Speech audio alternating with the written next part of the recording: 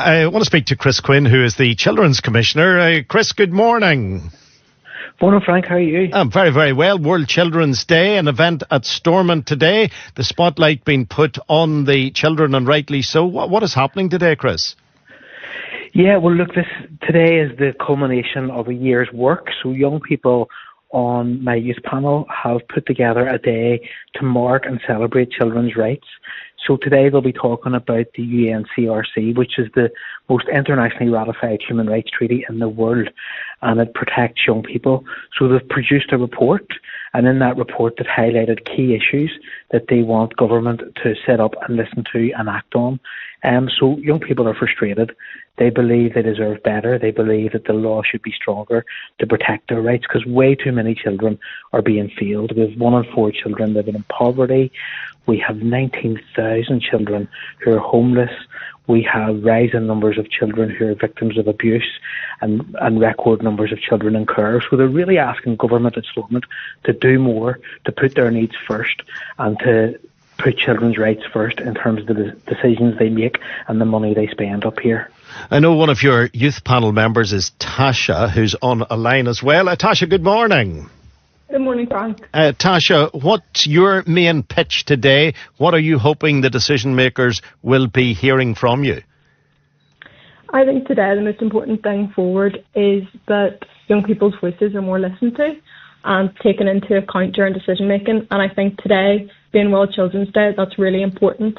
And I think our first step into that is incorporation of the United Convention on the Rights of the Child into law. And when you delve into the rights of the child, when you have a lingering look at it, what is it that crosses your mind? What is really to the fore in your thought process? I think the most important thing is that children and young people's voices are listened to, and I think the NCRC is a really important piece of work that we can put to the forefront of whenever we're talking about children and young people, that they're being listened to and that we have this campaign to incorporate the NCRC.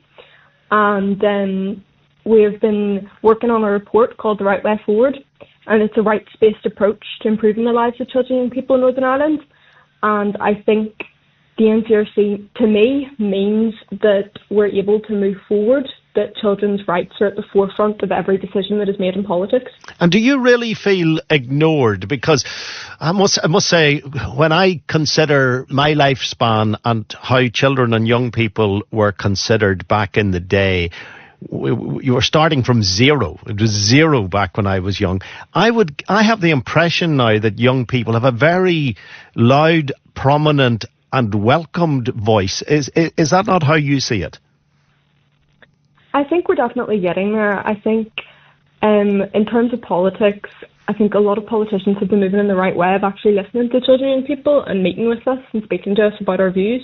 But I think we do still have a long way to go, and we do still have a lot to talk about. And I think there needs to be a bit of an attitude change, that children and young people need to be throughout all of our processes and not just a bit of an afterthought. So for me, I think that it's been going really well, but I think there is still changes that need to come. And do you have political ambition yourself? Would you see yourself as a decision maker in the future? I think definitely making decisions. I think all of us as young people are going to be somewhere in the world at some stage that we're going to be making decisions. And I think in terms of young people making decisions, I think it's a really good start that we're involved in these decision makings. Like I'm 17, at my age, being able to speak to different politicians, I think it's a really good start in terms of communication, that I'm able to communicate with those kinds of people for whenever I get older, and that I'm able to do that in my general life. Yeah, fair play. You know, it's absolutely progressive, Tasja. Thank you for joining me on the programme. Tasja Snedden, who is indeed on the panel. Chris Quinn, who's the Children's Commissioner, of course, making that panel happen. Over 80 young people from post-primary schools and youth organisations gathering to share their thoughts on children's rights and to discuss the incorporation of the United Nations Convention on the Rights of the Child, the UNCRC, into domestic law. You're confident, Chris, we're going in the right direction, or you and your team are going in the right direction?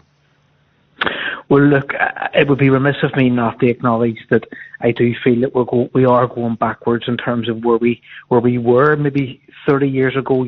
So the Good Friday Agreement was a time of great hope, and there were things set up here up in Stormont, like a Children and Young People's Unit, like junior ministers who were responsible for young people. But I do see that there's been an erosion of children's rights.